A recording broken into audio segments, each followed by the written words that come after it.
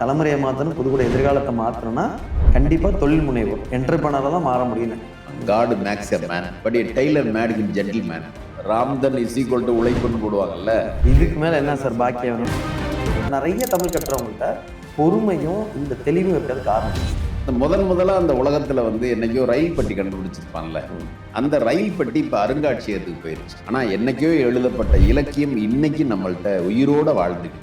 எத்திக்கெல்லாம் என்ன வேணாலும் பண்ணலாம், ஜெயிச்சிடலான்னு. சைக்கிளில் டின்னு கட்டி அதில் ரஸ்க்கு தூக்கி போட்டு அதை கொண்டு போய் வீதி வீதியாக வித்துட்டு அப்படி உழைச்சி இந்த நிறுவனத்தை ஆரம்பிச்சார் பேக்கரி மகாராஜ். டாட்டாவை பற்றி பேசுறதோட பேக்கரி மகாராஜ். அடடா அப்போ ஒரு விஷயத்தை திருப்பி கொடுக்கணும் நம்ம சொசைட்டிக்குன்னா நம்ம எங்கே கற்றுக்கிட்டு அங்கே கொடுக்கணும் ஆசை. புதுக்கோட்டில் என்ன வளம் இல்லை, எல்லா வளமும் இங்கே இருக்கு. ஒரு மனிதனுடைய வெற்றி எதுன்னா நான் இருக்கிறதுலே பெஸ்ட் கொடுக்குறேன். ஸோ நீங்கள் அதை எனக்கு நேராக சாதிச்சுக்காங்க.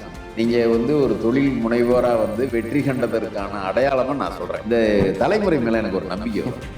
வியந்தல் இல்லைங்க. அந்த ஆர்டி லேண்டுன்னு எப்படி யோசிச்சு இதை புதுக்கோட்டையில் தான் வச்சு புதுக்கோட்டையில் ஜெயிச்சு காமிக்கணும்னு நினைக்கிற உங்கள் எண்ணம் இருக்குல்ல.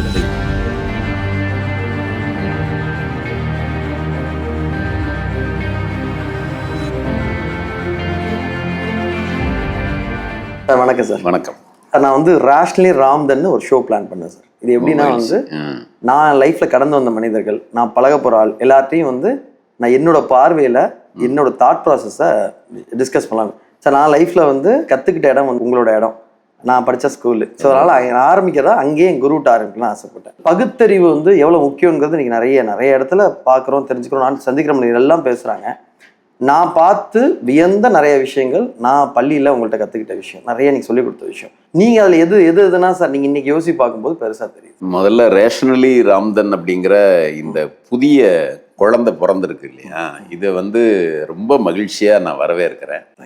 ஏன்னா ஒரு ஆசிரியருக்கு ஒரு பெரிய மகிழ்ச்சி இந்த உலகத்தில் ஜனாதிபதியிட்ட விருது வாங்குறது இல்லை, தன்னுடைய மாணவர்கள் மிக உயரத்தில் நிற்கிறத அப்படி கீழே இருந்து ஆசிரியர்கள் பார்க்குற மகிழ்ச்சி இருக்குல்ல, அதுக்கு இணையான மகிழ்ச்சி இந்த உலகத்தில் இல்லைன்னு நான் நினைக்கிறேன். அந்த வகையில் ரேஷனலி ராம்தன்கிற இந்த ஒரு நிகழ்வை நீங்கள் செய்திருக்கிறதுக்கு எனக்கு ஒரு மனம் நிறைந்த வாழ்த்துக்களை சொல்கிறேன். நன்றி சார், நன்றி. இப்போ என் பள்ளிக்கூடம் வந்து ரொம்ப ஒழுக்கமான பள்ளிக்கூடம். நம்ம பள்ளிக்கூடம் ஆமாம், நம்ம பள்ளிக்கூடம் ரொம்ப ஒழுக்கமான பள்ளிக்கூடம், சிறந்த பள்ளிக்கூடம் அப்படின்னு அவங்க சொல்கிறாங்கன்னா பள்ளிக்கூடம் காரணம் இல்லை, மாணவர்கள் தான் காரணம். இப்போ நீங்கள் ரொம்ப சரியாக இருக்கிறதுனால பள்ளிக்கூடம் சரியாக இருக்கு, நீங்கள் அறிவார்ந்தவர்களாக இருக்கிறதுனால பள்ளிக்கூடம் ரொம்ப அறிவார்ந்த பள்ளிக்கூடமாக இருக்குது. அதனால் வந்து மாணவர்கள் தான் ரொம்ப முக்கியமானவங்க. இப்போ நீங்கள் படிக்கிற தலைமுறையில் வந்து அந்த ஒழுக்கம், அந்த சிறப்பு எல்லாமே ரொம்ப நல்லா இருந்தது.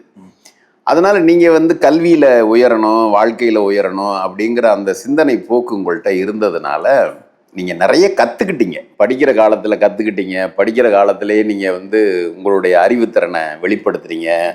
படிக்கிற காலத்திலே உங்கள்கிட்ட ஒரு தலைமைத்துவம் இருந்தது. உங்களை வந்து அங்கேயே பட்டத்திட்டிக்கிட்டீங்க. பட்டத்திட்டிக்கிட்டு இப்போ ஒரு உயரத்துக்கு வந்திருக்கிறீங்க. நான் இதையுமே ரொம்ப சாதாரண உயரமாக தான் பார்க்குறேன். நீங்கள் என்ன வர வேண்டிய உயரமோ, நீங்கள் என்ன அடைய வேண்டிய சிகரமோ நிறைய இருக்குன்னு நான் நினைக்கிறேன். நன்றி சார், நன்றி சார். நான் அடுத்த கொஸ்டினாகவே அதான் சார் வச்சுருந்தேன். என்ன கேட்குறது இருந்தேன்னா, அன்னைக்கு படித்த ராம்தனுக்கும் இன்னைக்கு வர புது மாணவர்களுக்கும் பெரிய டிஃப்ரென்ஸ் நீங்கள் என்ன பார்க்குறீங்கன்னு கேட்க நினச்சேன். நீங்கள் அதிலே விளக்கிட்டீங்க. நான் தாண்டி ஒரு கொஸ்டின் கேட்குறேன் சார். அன்னைக்கு இருந்த நீங்கள் சொன்னீங்க மரியாதை, நான் உள்ளே வரும்போது கேட்குற பண்பு இதெல்லாம் கூட இருந்துச்சுன்னா, இன்னைக்கு மாணவர்கள் மாறி இருக்காங்களா சார்?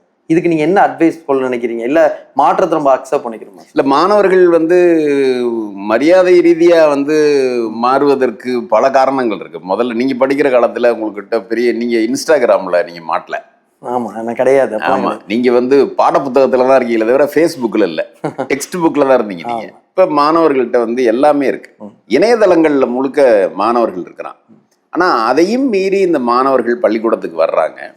நான் பார்க்குற வகையில் கொஞ்சம் ஒழுக்க ரீதியான மாற்றங்கள் அவங்கள்ட்ட இருக்கு. அதற்கு காரணம் குடும்ப சூழல். குடும்ப சூழலில் அவங்க என்ன சொல்கிறாங்க, நீங்கள் ஃபேஸ்புக்கு பார்க்காத, இன்ஸ்டாகிராமில் இருக்காத அப்படிங்கிறாங்க. ஆனால் அவங்க வீட்டில் 2 பேர் கணவன் மனைவி இருக்கிற இடத்துல 6 ஃபோன் இருக்கே. இப்போ 6 ஃபோனை வந்து சூழலை மாற்றுறது இவனை.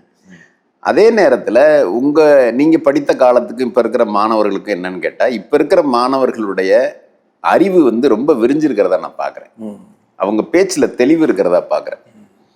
அவங்க பேச்சில் வந்து அவனே ஒரு முடிவு எடுத்துக்கிட்டு அழகாக வந்து நம்மள்கிட்ட பேசுகிறதா இருக்கு. இப்ப நீங்க உள்ள வரும்போதெல்லாம் என்னுடைய பிரின்சிபல் ரூமுக்கு நீங்க வரும்போது ரொம்ப பயம். தயக்கம்னா உங்களுக்கு பெரிய பயத்தோட உள்ள வருவீங்க. இப்ப அதெல்லாம் இல்லையா சார்? இப்ப வந்து பயம் கிடையாது, ஆனா ஒரு நம்பிக்கையோட உள்ள வராங்க. கான்ஃபிடன்ஸ் மாணவர்கள் நல்ல கான்ஃபிடென்ட் லெவல் இருக்கு சார். நீங்க வந்து ஒரு முதல்ல எல்லாம் லெஷர் பீரியட்லாம் வந்து நீங்க 10 மினிட்ஸ் கொடுக்குறீங்க சார், அதை 15 மினிட்ஸை மாத்துங்கன்னு அவங்களே கேட்கறான். இன்னைக்கு ஒரு பையன் கேட்கறான். Okay sir. அப்ப அந்த மாற்றம்ங்கிறதும் நம்ம ஃபுல்லா நெகட்டிவ் சைடுல சொல்லிட முடியாது. அந்த மாற்றமும் ஆரோக்கியமானதுன்னு சொல்றாங்க. சில பகுதிகள் மட்டும் மாறணும். ஆமா சார். தாண்டி ஒரு கொஸ்டின் சார். நான் உங்களை வந்து ஒரு 20 வருஷமா பாக்குறேன். நிறைய தமிழ் கட்டுறவங்கள்ட்ட பொறுமையும் இந்த தெளிவும் இருக்காது. காரணம் என்ன சார்? இது ரெண்டுக்கு கனெக்ஷன் இருக்கா? ஏன் எல்லாருக்கிட்டையும் இந்த ஒரு விஷயத்த நான் பார்க்குறேன்? 3000 வருஷத்துக்கு முன்னால திருக்குறள் இருக்குன்னு சொல்றாங்க. அப்ப இந்த முதலா அந்த உலகத்துல வந்து என்னைக்கோ ரயில் பெட்டி கண்டுபிடிச்சிருப்பான்ல, அந்த ரயில் பெட்டி இப்ப அருங்காட்சியகத்துக்கு போயிருச்சு. ஆனா என்னைக்கோ எழுதப்பட்ட இலக்கியம் இன்னைக்கு நம்மள்ட்ட உயிரோட வாழ்ந்துகிட்டு இருக்கு. அந்த உயிரோட வாழ்ற இலக்கியம் வந்து நமக்கு ஒரு விஷயத்தை கத்துக் கொடுக்கும். என்ன கத்துக் கொடுக்கும்? இனிய உளவாக இன்னாத குரல் கனி இருப்ப காய்க வந்துச்சு. இவ்வளவு நல்ல சொற்கள் இருக்கு. ஏன் கோபமா பேசுற? இவ்வளவு சொல்லுக சொல்லில் பயனுடைய, ஏன் தேவையில்லாம இவ்வளவு பேசுற? 2 வரியில அப்படி பேச. இதெல்லாம் நம்மளுடைய இலக்கியங்கள் நமக்கு கற்றுத்தருது. அறம் செய்ய விரும்பு, ஏதாவது உன்னால முடிஞ்சதா கொஞ்சம் எடுத்து செய்ய அப்படின்னு சொல்லுது. அப்ப இந்த பொறுமை, இந்த நிதானம், இதெல்லாம் ஒவ்வொருவருக்கும் அவங்களுடைய கல்வியும் அவங்க அனுபவமும் இதெல்லாம் கற்றுத்தர்றதுதான். உள்வாங்கும் திறன்ல தான் இருக்கு. அதனால தமிழ் படித்தவர்கள்ட்ட இந்த பொறுமை இருக்கா அப்படின்லாம் இல்லை. பொதுவாகவே படித்தவர்கள்ட்ட இது இருக்கணும். ராம்தன் வயதுல நான் இருக்கும்போது உங்கள்கிட்ட இருக்கிற பக்குவத்தில் நான் இருந்திருக்க மாட்டேன். உங்க வயதுக்கு நீங்கள் சார்ந்திருக்கிற சமூகம், உங்க நண்பர்கள், நீங்க பழகுகிற தன்மை, நீங்க சந்திக்கிற உயரம், இதெல்லாம் வந்து உங்களுடைய வாழ்க்கையை அதுவே நிர்ணயிக்குது. ஓ இப்படித்தான் பேசணும், ஸோ இப்படித்தான் இருக்கணும், இப்படித்தான் மதிக்கணும், இப்படித்தான் நம்ம வளரணும், நமக்கு கீழே பணியாற்றுறவர்கள்ட்ட இந்த மாதிரி அன்பா நடந்துக்கணும். இதெல்லாம் வந்து இப்ப நீங்க இங்க பாடப்புத்தகத்துல படிச்சிருக்க மாட்டீங்க. வாழ்க்கையில உள்ள அனுபவங்கள்ல இருந்து நீங்க கத்துக்கிட்டு இருப்பீங்க. அப்படி அனுபவங்கள்ல இருந்து நம்ம கத்துக்கிட்டதுதான் அந்த பொறுமை, இந்த நிதானம். அதெல்லாம் அது கோபம் வந்து நமக்கு பயன்படாதுன்னு நான் சொல்றது உண்டு. ஏன் பயன்படாதுன்னா, ஒரு ஒரு வழக்கமா ஒரு காமெடி சொல்லுவாங்க, டாக்டர்கிட்டையும் கடவுள்கிட்டையும் கோவப்படக்கூடாதுமாங்க. ஏன் கோவப்படக்கூடாதுன்னா, நீங்க கடவுள்கிட்ட கோவப்பட்டீங்கன்னா கடவுள் வந்து ஏதாவது ஒரு டிசீஸை கொடுத்து டாக்டர்கிட்ட அனுப்பிடுவாராம். டாக்டர்கிட்ட கோவப்பட்டீங்கன்னா கடவுள்கிட்டே அனுப்பிடுவாங்க. அதனால வந்து கோவப்படக்கூடாது அப்படின்னு சொல்லி சொல்லுவாங்க. அதான் சார். ஏன்னா இந்த வயசுல எனக்கு இன்னைக்கு புதுக்கோட்டையில நான் வாழ்ந்தனால, புதுக்கோட்டையில் நிறைய நான் வந்து எடுத்துக்கிட்டனால புதுக்கோட்டைக்கு நானே பெருசா பண்ண ஆசைப்படுறேன். அப்ப அந்த ஏஜ்ல, ஏன் ஏஜ் இருக்கும்போது உங்களுக்கு என்ன சார் நினைப்பு இருந்துச்சு? எப்படின்னா சார் இருந்துச்சு? என்ன பண்ணணும்னு தோணும்? நான் வந்து இப்ப பாரதி ராஜா இயக்குனர் இறந்துட்டார்ல, அந்த இடத்த தான் பிடிக்கணும்னு நினைச்சேன். அவர் போயிட்டதுனால நான் கொஞ்சம் அப்படி பின்வாங்கிட்டேன். இப்ப எனக்கு திரைத்துறையில பெரிய சாதிக்கணும்னு ஒரு ஆசை இருந்தது. என்னுடைய ஆரம்ப காலத்து ஆசை வந்து, நான் ஆரம்பத்திலேயே கவிதைகள் எழுதினேன். ஆரம்பத்திலே சினிமா பாடல்கள் மாதிரி கொஞ்சம் எழுதி பார்த்தேன். கண்ணதாசனுடைய பாடல்களை மனப்பாடம் பண்ணி அது மாதிரியே நான் இதெல்லாம் எழுதி பார்த்தேன்.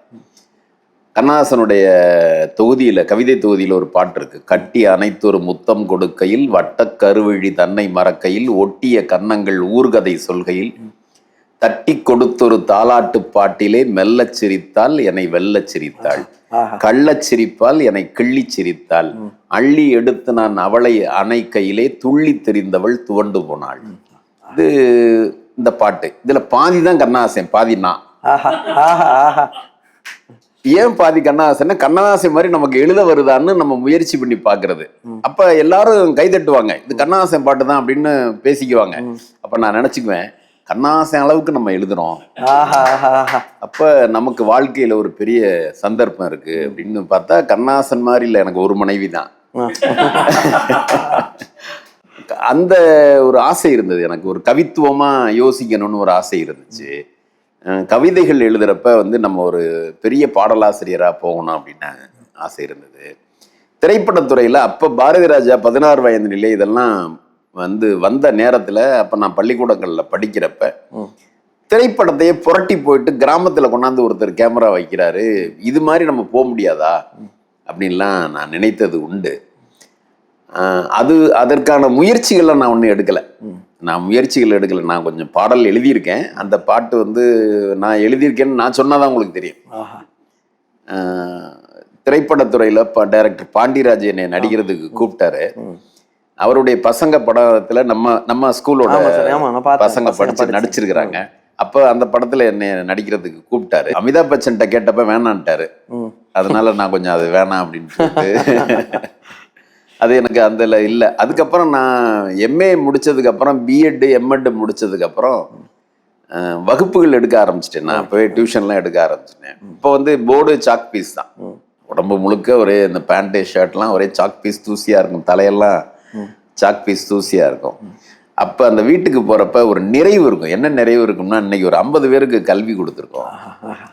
அந்த நிறைவு வந்து எனக்கு நம்ம பாதை கல்வியாளர் தான் அப்படின்னு முடிவு பண்ணிட்டேன். ஏன்னா இந்த கல்விக்கு தான் ரொம்ப முக்கியம். 2 விஷயம் வந்து ஒரு மனிதனுடைய மனசை மாத்தும்னு நான் நினைச்சேன். ஒன்று கல்வி, இன்னொன்று இலக்கியம். ஒரு அறிஞன் சொன்னா, what is the difference between the station master and the school master அப்படின்னு கேட்டாங்க. என்ன ஆன்சர்னா, the station master minds the trains, the school master trains the minds.